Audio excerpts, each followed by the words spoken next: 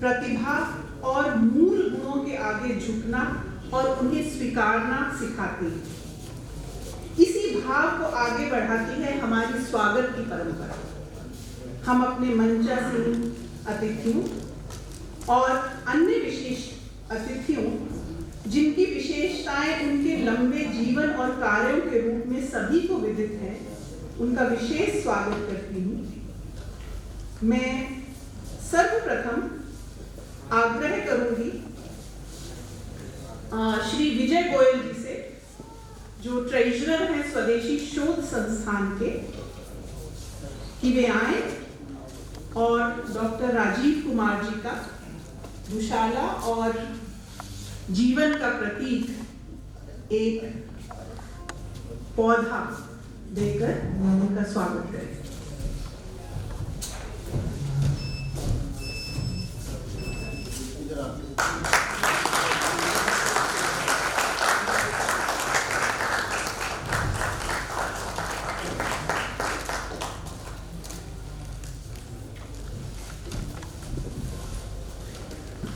मैं इसके बाद निवेदन करूंगी रवि पोखरना जी से, जो कि स्वदेशी शोध संस्थान के संयोजक भी हैं, समन्वयक हैं, कि वे आए और माननीय श्री अजय गुप्ता जी का स्वागत करें।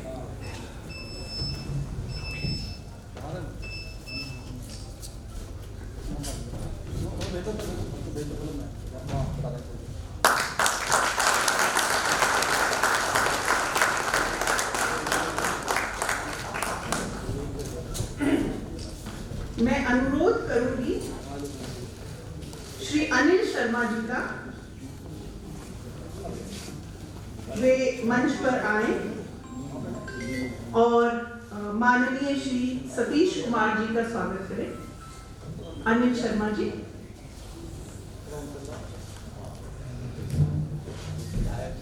विधायक।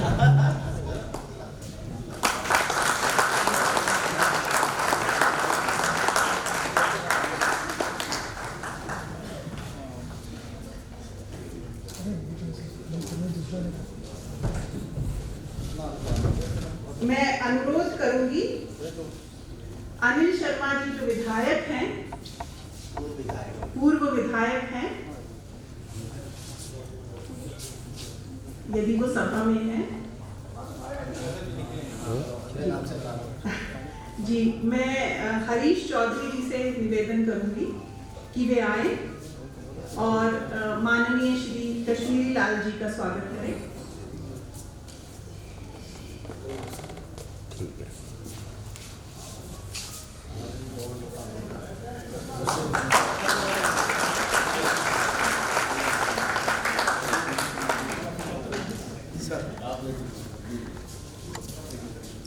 अनिल शर्मा जी पूर्व विधायक हमारे बीच में अब हैं।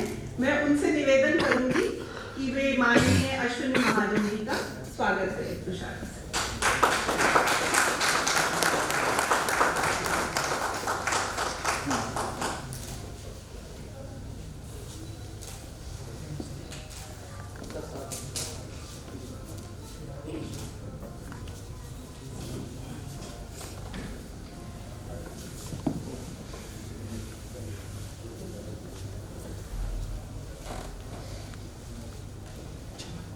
इससे पहले कि हम कार्यक्रम को आगे बढ़ाएं, मैं एक सूचना सभी से साझा करना चाह रही हूँ कि माननीय हमारे जो मुख्य अतिथि थे, माननीय मंत्री जी श्री भूपेंद्र यादव जी, उनका अचानक से एक, चूंकि आप सबको विदित ही है कि आजकल बजट है और उससे संदर्भ में उनका अचानक एक पीएम के साथ मीटिंग तय हुई है, तो उनको वहाँ जाना पड़ा। तो उन्होंने सूचना दी है कि अगर वो आ पाएंगे बीच में तो वो ज़रूर कार्यक्रम को यहाँ पर उसमें शामिल होंगे। तब तक हम कार्यक्रम को आगे बढ़ाते हैं।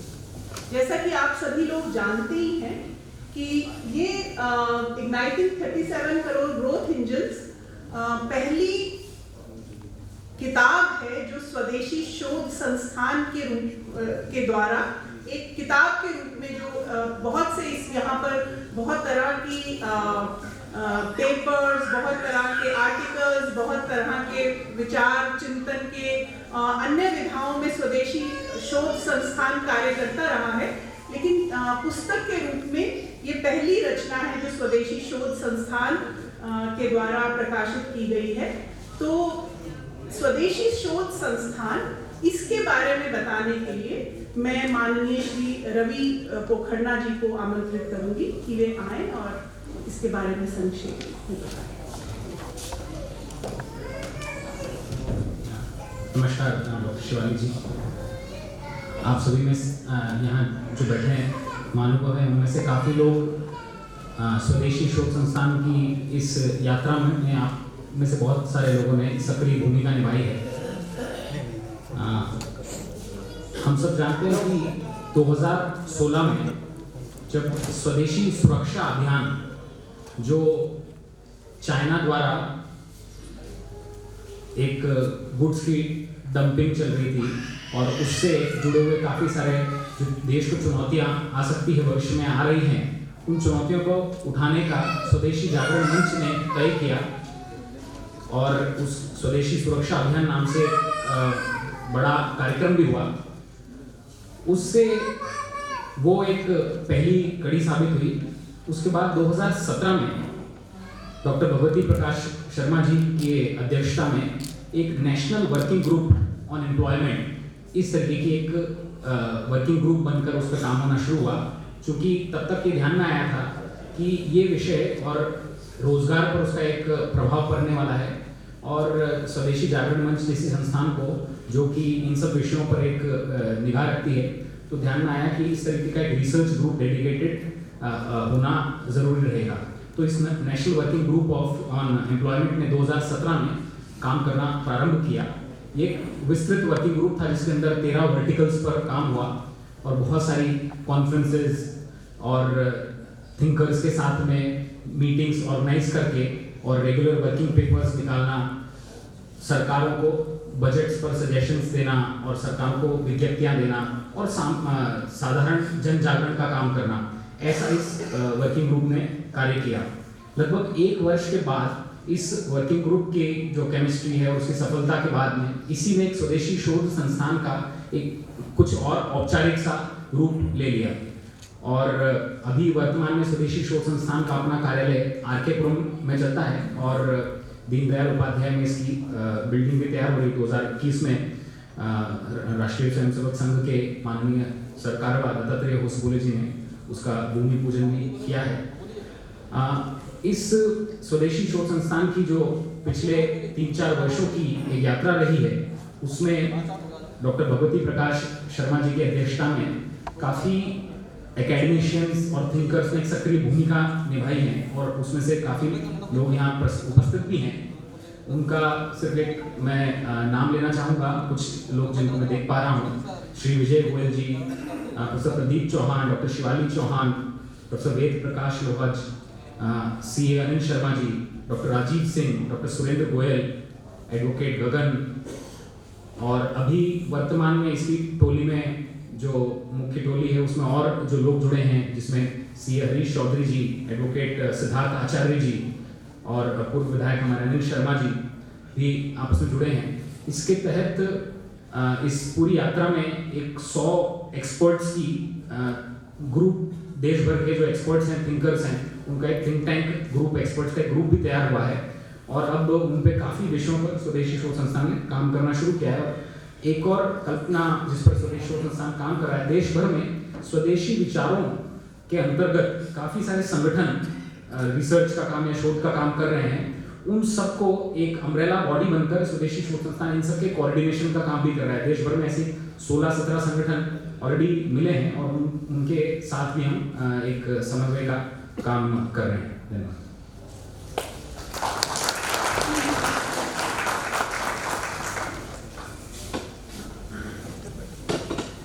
धन्यवाद रवि जी। किसी ने कहा है कि किताबें परिवर्तन का इंजन है, विश्व की खिड़कियां हैं और समय के समुद्र में खड़ा प्रकाश स्तंभ है। किताबें क्यों लिखी जाती हैं, इनका उद्देश्य क्या है? किताब का मूल विचार पुरातन है या मौलिक, पर आज के परिदृश्य में, आज के संदर्भ में उसका औचित्य क्या है उसको लिखने का, क्यों किसी किताब को लोगों को पढ़ना चाहिए, क्यों किसी विचार को सामाजिक पटल पर लाना चाहिए, समाज के सन्मुख लाना चाहिए, ये सभी बातें लेखक के रूप में एक किताब लिखने से पहले आपके मन में आती हैं। और यही विचार मेरे मन में, प्रोफेसर प्रदीप चौहान के मन में और हमारे साथ जुड़े हुए इस थिंक टैंक जिन्होंने एक महत्वपूर्ण भूमिका निभाई है इस किताब के बनने में, इन सभी के मन में ये बात थी। और इसी विषय में और ज़्यादा बताने के लिए मैं अब आमंत्रित करती हूँ प्रोफेसर प्रदीप चौहान को। इनके विषय में रवि जी ने पहले ही बताया और उसके साथ ही मैं ये बताना चाहूँगी कि professor Pradeep Singh Chauhan, he is a noted economist, very well acclaimed academician, a teacher of economics.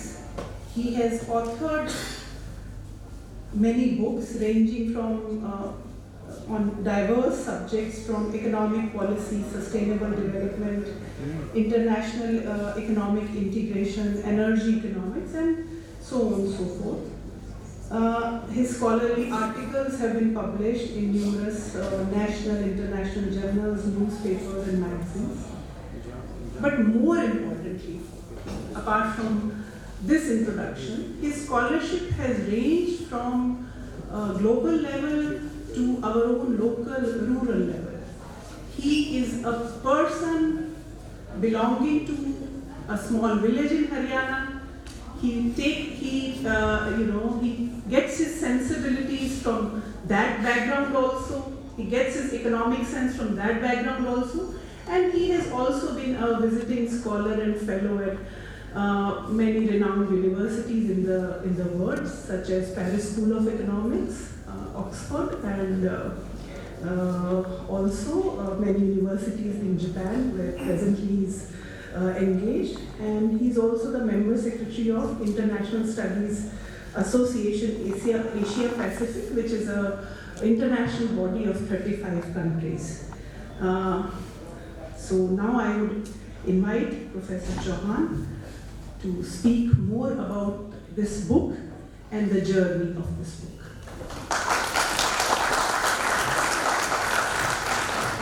धन्यवाद।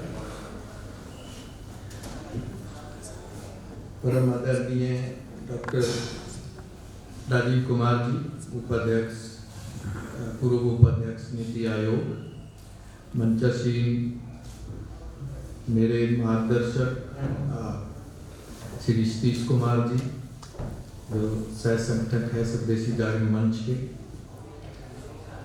श्री अजय गुप्ता जी, मेरे सामने बैठे परम आदरणीय श्री कश्मीरी लाल जी, संगठक हैं, हमारे मार्गदर्शक हैं स्वदेशी जागरण मंच के, और स्वदेशी जागरण मंच के राष्ट्रीय सह संयोजक प्रोफेसर अश्विनी महाजन जी, और दिल्ली और दिल्ली से परे मैं देख रहा हूँ बेंगलोर से, हैदराबाद से, जयपुर से, चंडीगढ़ से, कुरुक्षेत्र से भी हमारे स्टूडेंट्स, रिसर्च स्कॉलर्स, स्टूडेंट आए हुए हैं, और सभी प्रबुद्धजन, मातृशक्ति और युवा साथी, प्रेस से आए बंधुजन।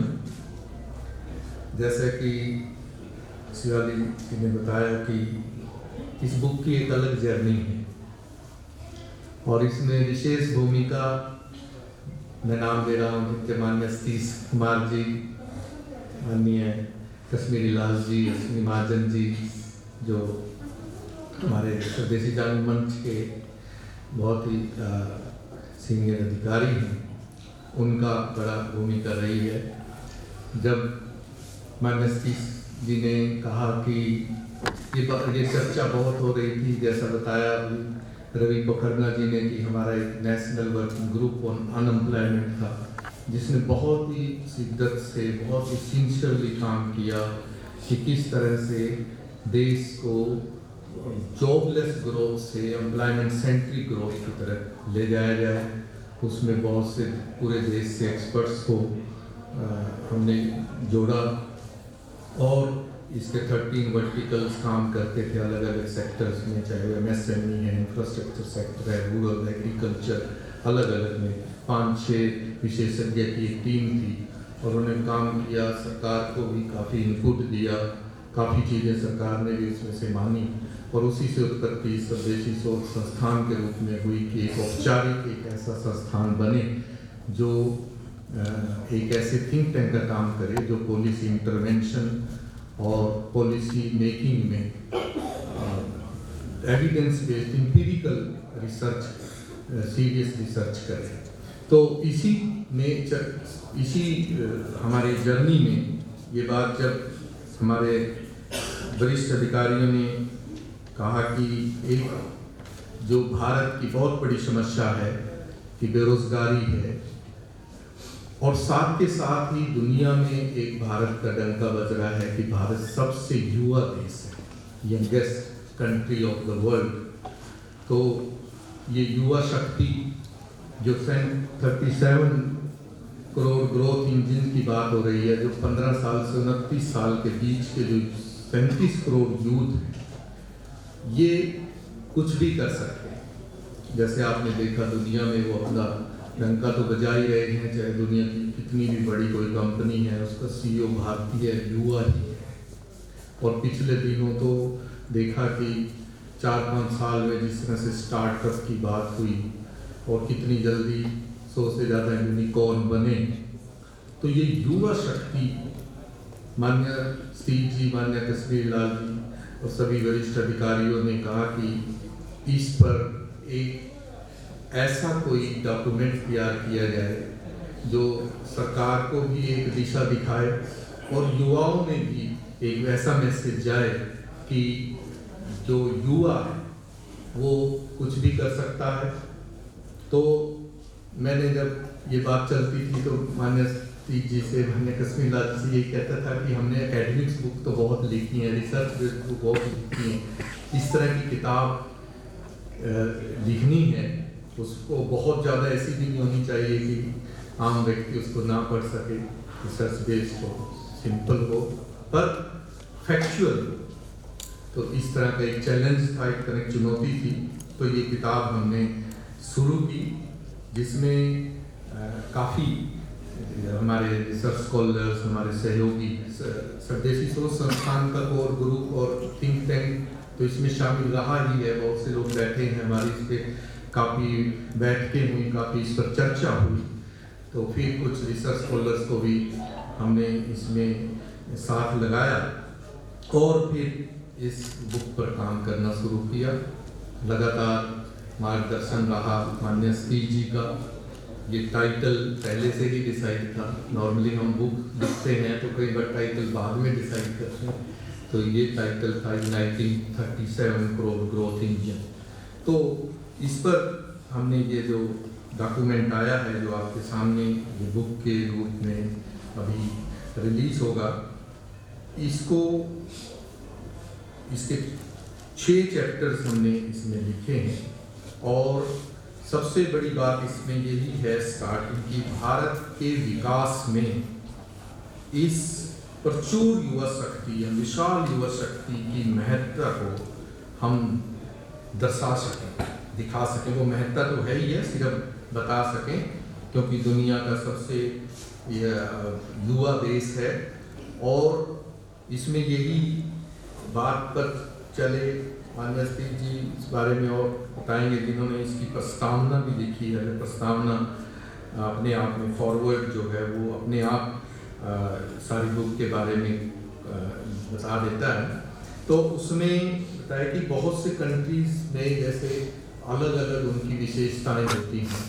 जैसे अगर हम किसी एक कंट्री का नाम सुने, जापान का नाम सुने, जर्मनी का नाम सुने, तो जापान आता है कि ऑटोमोबाइल की बात हो जाती है, जर्मनी कहा जाता है कि हाई एंड टेक्नोलॉजी की बात हो जाती है, US का नाम आता है तो इंटेलेक्चुअल प्रॉपर्टी राइट, इनोवेशन की बात होती है। तो भारत का जब नाम आता है तो वो युवा शक्ति। और आपने देखी कि पिछले कुछ दिनों में पूरी दुनिया ने ये मानना शुरू किया जब बहुत देशों में इस तरह की समस्याएं आई, जैसे खासकर जापान में, वेस्टर्न यूरोप में और यूएस में, कि जो पॉपुलेशन है वो एजिंग की तरफ जा रही है, युवा वहाँ पर कम हो रहे हैं।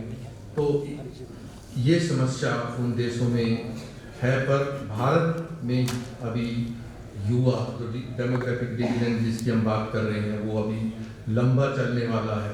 तो इस तरीके से कोशिश की जाए कि इस 37 करोड़ जो युवा है उसको एक शक्ति के रूप में बनाकर भारत को दुनिया का सबसे जो बनना ही है, एक सबसे बड़ी ताकत उभर कर आए, चाहे वो आर्थिक ताकत हो, चाहे वो रक्षा क्षेत्र में हो या दूसरे क्षेत्रों में हो। तो इन 6 चैप्टर में हमने कोशिश की कि किस तरीके से ये किया जा सकता है, क्या फैक्चुअल पोजीशन है और किस तरीके से इसमें आगे बढ़ सकते हैं। तो इसमें हमने देखा कि बहुत बड़ा रोल एंटरप्रेन्योरशिप का है, तो एंटरप्रेन्योरशिप पे पूरा चैप्टर इसमें रखा गया है कि एंटरप्रेन्योरशिप बहुत बड़ा रोल प्ले कर सकती है भारत को उस तरफ ले जाने में। और फिर था कि दुनिया में क्या ऐसे उदाहरण हैं कि जब कोई देश युवा था तो वहाँ का विकास दर बहुत हाई था, और जब वो युवा नहीं रहा तो वो गिरा। तो इस पर जब रिसर्च की तो ऐसे काफ़ी कंट्री निकल कर आए, जिसमें जापान था, स्पेन थे, इटली था, थाईलैंड था, बांग्लादेश था। तो उनके यूथ पॉपुलेशन और इकोनॉमिक ग्रोथ का कोरिलेशन हमने स्टडी किया और पाया कि जब वहाँ पर यूथ की पॉपुलेशन हाई थी तो वहाँ पर इकोनॉमिक ग्रोथ भी हाई थी, और जब यूथ पॉपुलेशन कम हुई तो इकोनॉमिक ग्रोथ कम हो गई। तो ये सिर्फ ये दिखाने के लिए कि जो हम बात कर रहे हैं वो सही है।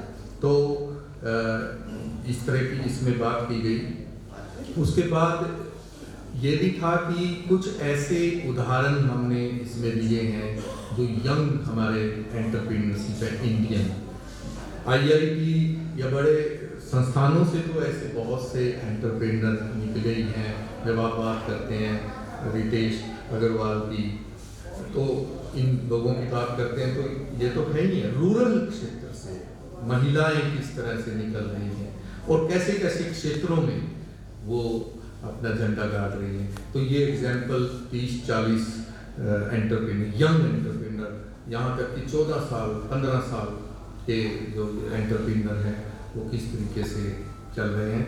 और जैसे कि आपने देखा कि 2016 से जब स्टार्टअप बहुत कम थे, मुश्किल से 1000 से भी कम थे, और आज स्टार्टअप 80,000 से ऊपर देश में हो गए हैं। तो भारत जो है 3rd लार्जेस्ट स्टार्टअप इकोसिस्टम वाला कंट्री बन गया है। तो ये सारी बातें हमने इसमें डिस्कस की हैं, और बहुत सी चीज़ें हमने कोशिश की है दिखाने की कि कुछ कंट्रीज़ का एग्जांपल लेके कि बहुत सी चीज़ें अभी हमें और करने की ज़रूरत है। इग्नाइटिंग 37 करोड़ ग्रोथ इंजन हम कह रहे हैं, हम युवा पावर हैं, हम सबसे यंग कंट्री हैं, पर ये केवल कहने से या यंग कंट्री यूथ 37 करोड़ होने से काम नहीं चलेगा।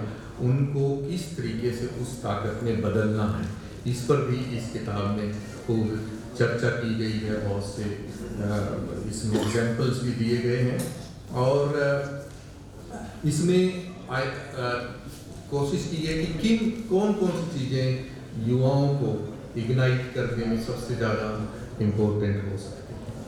तो चाहे वो एजुकेशन है, चाहे स्किलिंग है, रीस्किलिंग है, हेल्थ है, टेक्नोलॉजी है, इस पर सब पर हमने चर्चा की गई है। मैं सिर्फ उन एस्पेक्ट्स को टच कर रहा हूँ। तो विद सम एग्जाम्पल्स भी हमने बहुत से कंट्रीज़ के लिए हैं, और जिन क्षेत्रों में हम ये और बहुत कुछ कर सकते हैं वो भी आइडेंटिफाई किए हैं। जैसे फॉर एग्जांपल अब IPR की बात, इंटेलेक्चुअल प्रॉपर्टी राइट की बात, भारत हायर एजुकेशन का दुनिया में बहुत बड़ा हब बन गया है। तो पर अभी IPR में हम बहुत ज़्यादा आगे नहीं हैं। अगर हम US की बात करें तो 10-11% जो तक जीडीपी जो है वहाँ इंटेलेक्चुअल प्रॉपर्टी राइट से, पेटेंट से, कॉपीराइट से आती है। इसी तरह से और भी G8 के जितने कंट्री हैं वो 3-4% से लेकर 11% तक की जीडीपी उनकी सिर्फ इंटेलेक्चुअल प्रॉपर्टी राइट से आती है। हमारे पास इंटेलेक्चुअल प्रॉपर्टी राइट है और हम उसको आगे कैसे ले जा सकते हैं, ये भी हमने इस बुक में बात की है। और बहुत से कॉशंस भी दिए गए हैं इस बुक में कि हमें अपनी पॉलिसी में ये भी देखना चाहिए कि हम जो एक ग्लोबल ट्रेंड बन जाता है, जैसे ग्लोबलाइजेशन की बात होने लगी, तो हम उसको ब्लाइंडली लेकर नहीं चल सकते। हमें भारत की जनसंख्या के अनुसार, उसकी परिस्थितियों के अनुसार क्या क्या चीज़ें अडॉप्ट करनी है, इस तरह की भी हमने इसमें बात की है। और हमने देखा कि अब जो ज़माना है वो बदल रहा है। युवा की जैसे हम बात कर रहे हैं कि अभी भी 10% जो एंटरप्रेन्योर हैं एशिया में वो 24 साल से कम है और वो लगातार बढ़ रहे हैं। अफ्रीका में भी 15% तक हो गए। 15% वहाँ इसलिए हो गए क्योंकि वहाँ पर उन पर कोई चारा नहीं है तो कोई ना कोई काम वो करते हैं। तो ये ट्रेंड और तेज़ी से बदले। लैटिन अमेरिका में भी 17% तक जो एंटरप्रेन्योर हैं वो 24 की एज से कम है। तो इसलिए भी हम इस ग्रुप पर ही फोकस कर रहे हैं।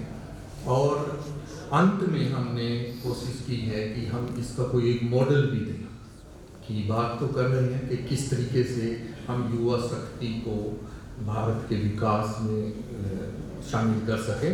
तो उसमें एक मॉडल में हमने बात कही है कि हम एक कॉम्प्रिहेंसिव यूथ पॉलिसी एक ऐसी बनाई जाए और उसमें बहुत से कंट्रीज़ की में इस तरह के मॉडल है, वो सारे स्टडी करके मॉडल बनाया कि ग्रो की बात की, GROW। उस ग्रो का मतलब है कि हम उनके लिए जो है गारंटीड रिसोर्सेज फॉर यूथ की जो बात है उसकी बात की है। तो वो मॉडल भी इस किताब में दिया गया है और आप इस किताब को पढ़ेंगे तो शायद आप अपने पढ़ें भी और उस पर कमेंट्स भी करें। अमेज़ॉन पर भी ये बुक है, बहुत अच्छे रिव्यूज़ हमें आ रहे हैं, हमें इनकरेज उससे हो रहे हैं। अगर आप भी उसमें लिखेंगे तो बहुत अच्छा लगेगा। इन सब शब्दों के साथ मैं अपनी बात को यहाँ पूर्ण देता हूँ। धन्यवाद, नमस्कार।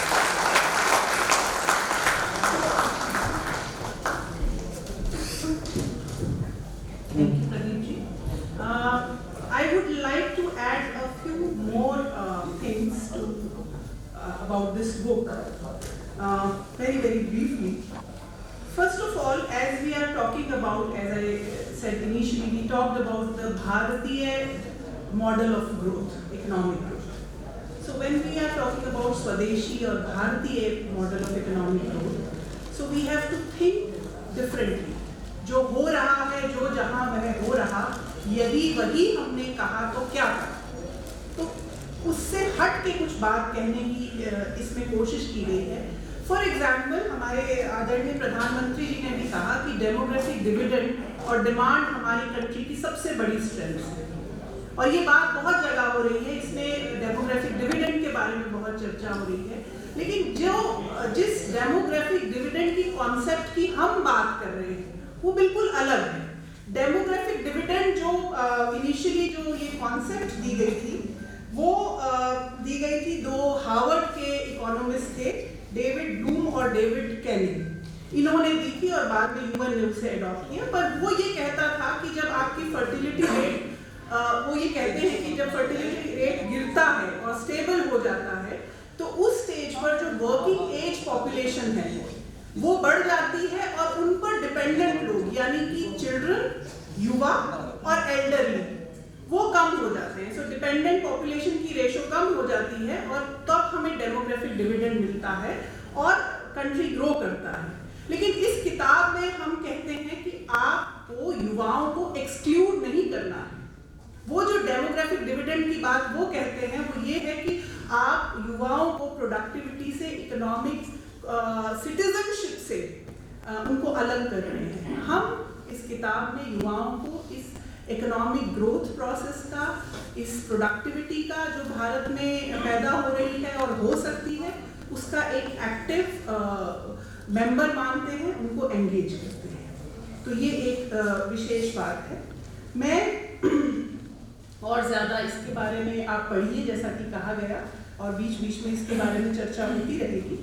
अब मैं आमंत्रित करती हूँ हमारे